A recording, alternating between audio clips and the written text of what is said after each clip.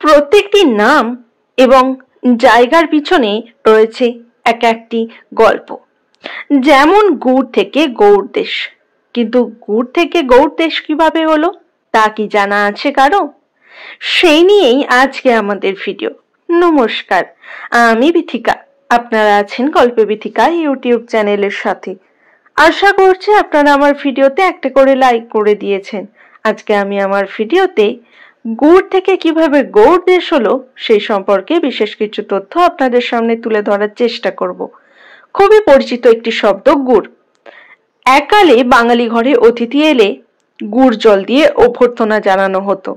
বাঙালি ঘরের শিশুরা দুধ গুড় বা গুড়মুড়ি খেয়ে বড় হতো। এখনকার মতো তখন প্যাকেটজাত দ্রব্য ছিল না শিশু খাদ্য হিসাবে। আর এই প্রিয় গুড় থেকেই দেশটার নাম হয়ে গেল গৌড় দেশ, সংক্ষেপে গৌড়। প্রাচীন বাংলার নাম ছিল গৌড়। 5টি মৌলিক ভাগে বিভক্ত ছিল এই পুরো দেশটি। পরিচিত ছিল পঞ্চগৌড় নামে। পঞ্চগৌড়ের প্রথম ভাগ ছিল লাল মাটির দেশ, রার। ভাগীরথীর পশ্চিম তীরের এলাকায় অবস্থিত আজকের বীরভূম, বর্ধমান, মেদিনীপুর, হুগলি, হাওড়া, বাঁকুড়া, পশ্চিম মুর্শিদাবাদ, দুমকা, সাহেবগঞ্জ, দেওঘর, গোড্ডা, ধানবাদ, পুরুলিয়া, সিংভূম, রাঁচির পূর্ব অংশ, গিরিডির দক্ষিণ পূর্ব অংশ নিয়ে ছিল রার সবচেয়ে বড় এই এলাকা। গৌড়ের দ্বিতীয় এলাকা ছিল গঙ্গা ব্রহ্মপুত্রের বদ্বীপ এলাকা। এর নাম ছিল সমতট, সাধারণভাবে বলা হতো বাগরি।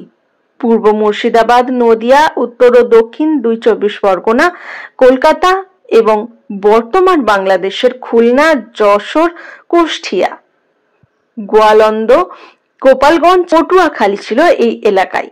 এই সমতটের রাজা ভগীরথ পদ্মা থেকে গঙ্গা, জলঙ্গি প্রভৃতি 100টি খাল কেটে তাকে সমুদ্রের সাথে জুড়েছিলেন।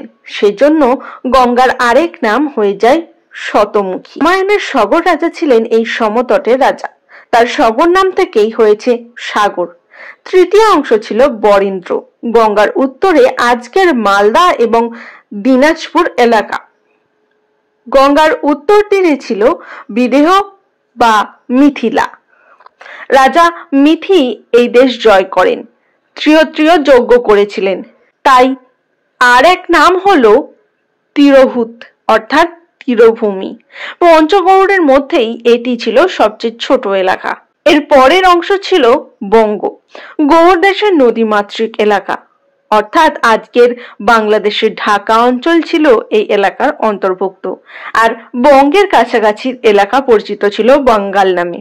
অনেক মোগল যুগের লেখক আবুল ফজল আইনি আকবরী থেকে বঙ্গাল শব্দের ব্যাখ্যা করেন বঙ্গযুক্ত আল। বঙ্গাল অর্থাৎ আল দিয়ে ঘেরা যে দেশ, তার নাম হলো বঙ্গাল। কিন্তু বৌদ্ধ যুগ থেকেই বঙ্গাল শব্দটির ব্যবহার রয়েছে। চর্যাপদে দেখা যাচ্ছে ভুসুকু আজ তু বাঙ্গানি ভৈলি। কাজেই মোগল আমলে বহু আগে থেকেই এই দেশের নাম বঙ্গাল। বঙ্গের কাছাকাছি যে অঞ্চল তার নামই ছিল বঙ্গাল।